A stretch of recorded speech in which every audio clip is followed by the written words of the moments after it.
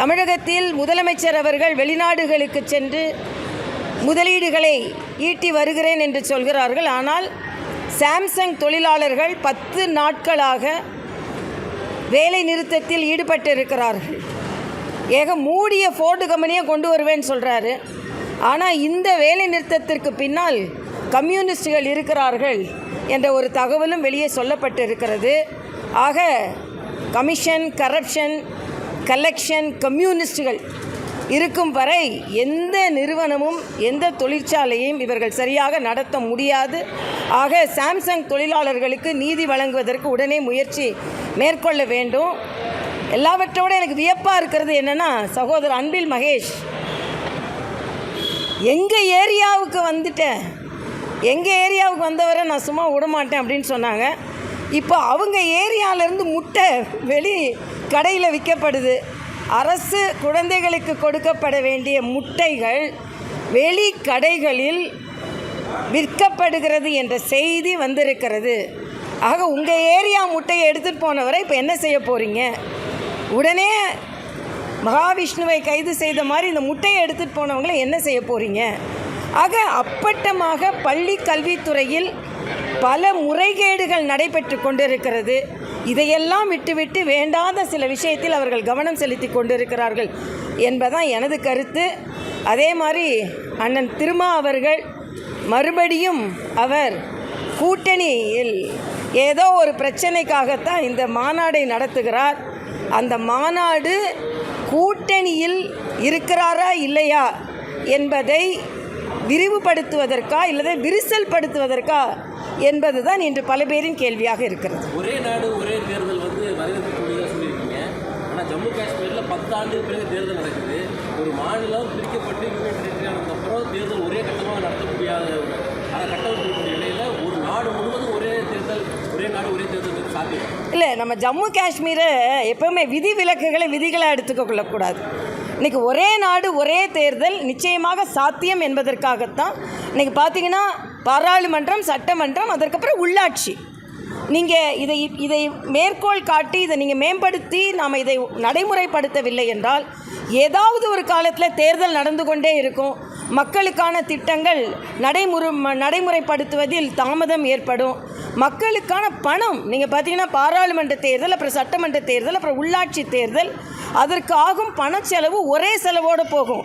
இது நாட்டிற்கு மட்டுமல்ல, அரசாங்கத்திற்கு மட்டும், தேர்தல் ஆணையத்திற்கு மட்டுமல்ல, கட்சிகளுக்கும் மிச்சப்படுத்தும் இந்த பணம்.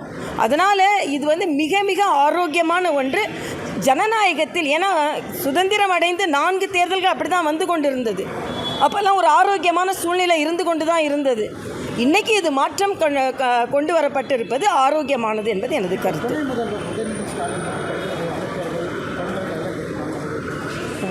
அதாவது திடீர்னு ஒரு வதந்தி, தம்பி உதயநிதி அவர்கள் திடீர்னு இன்றைக்கி துணை முதலமைச்சராக பதவி ஏற்றுருவார், முதலமைச்சர் அவர்கள் அறிவாலயத்துக்கு வந்துட்டாங்க, எல்லா அமைச்சர்களும் வந்துட்டாங்க அப்படின்னு என்ற பல பத்திரிகை சகோதரர்கள் கூட கேட்டாங்கன்னா எனக்கு ஒரு சந்தேகம், நிச்சயமாக இன்றைக்கி இருக்காது அப்படின்னு.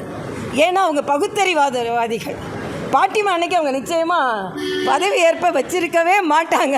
அதனால் நீங்கள் நல்லா பார்த்தீங்கன்னா அவங்க அதனால் எல்லாரும் சொன்னாங்க. ஏன் ரொம்ப எல்லா வட இந்திய பத்திரிகைக்காரர்களும் நான் சொன்னேன், நான் அதுக்கு சில கண்டனத்தை தெரிவித்தாலும் எனக்கு நல்லா தெரியும் நிச்சயமாக நல்ல நாள் இல்லை. அதனால் அவங்க ஒத்துக்கொள்ள மாட்டார்கள். ஏன்னா பகுத்தறிவாதிகள், அவங்க பகுத்தறிவாதிகள். நான் இன்னும் சேலஞ்ச் பண்ணுறேன், ஒருவேளை உதயநிதி துணை முதலமைச்சராக பதவியேற்றா அன்னைக்கு முகூர்த்த நாளாக இருக்குதா இல்லையான்னு பாருங்கள். அது நம்ம நாட்டு மக்கள், தமிழ்நாட்டு மக்களுக்கு முகூர்த்தமாக இருக்காது, அவங்களுக்கு முகூர்த்த நாளாக தான் இருக்கும். ஆக மக்களை அப்பட்டமாக ஏமாற்றுகிறார்கள். இன்னொன்று, எல்லாவற்றையும் விட கவலைப்பட வேண்டியது அண்ணன் துரைமுருகன் தான். ஆனால் அவரையே வைத்து துணை முதலமைச்சராக வரணும்னு சொல்ல வச்சாச்சு. அண்ணன் பழனி மாதிக்கத்துக்கு விருது கொடுத்து ஆக இன்னொரு விருதை வாங்குகிற மாதிரி. ஆக அன்னைக்கு நீங்கள் பார்த்தீங்கன்னா பவள விழா தொண்டர்களுக்காக நடத்தப்பட்டதல்ல, உதயநிதிக்கு முடிசூட்டுவதற்கு ஒரு ஆரம்ப விழா. அதுதான் அது. இன்றைக்கி இதுதான் நாங்கள் வாரிசு அரசியல்னு சொல்கிறோம். திராவிட முன்னேற்ற கழக தொண்டர்கள் சிந்திக்க வேண்டும்.